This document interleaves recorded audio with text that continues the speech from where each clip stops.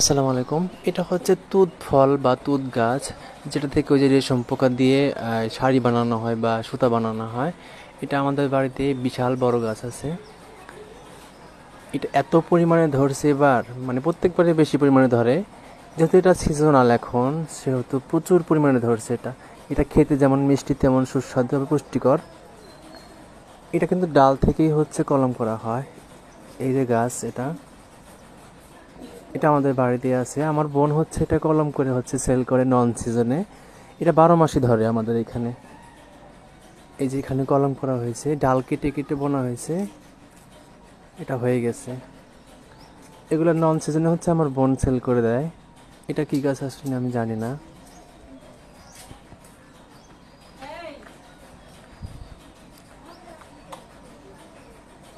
এটা পাকলে বা কালো হলে এত সুন্দর লাগে দেখতে, এটাকে মালবেরি বা এরকমই লাগে দেখতে, মালবেরির মতো।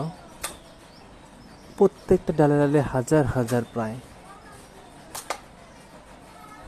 একটা পাকা শুরু হয়েছে, এই যে লাল লাল হচ্ছিল এটা। এটা কলম করে সেল করা হয়। যদি কারো লাগে অবশ্যই জানাবেন। আসসালামু আলাইকুম।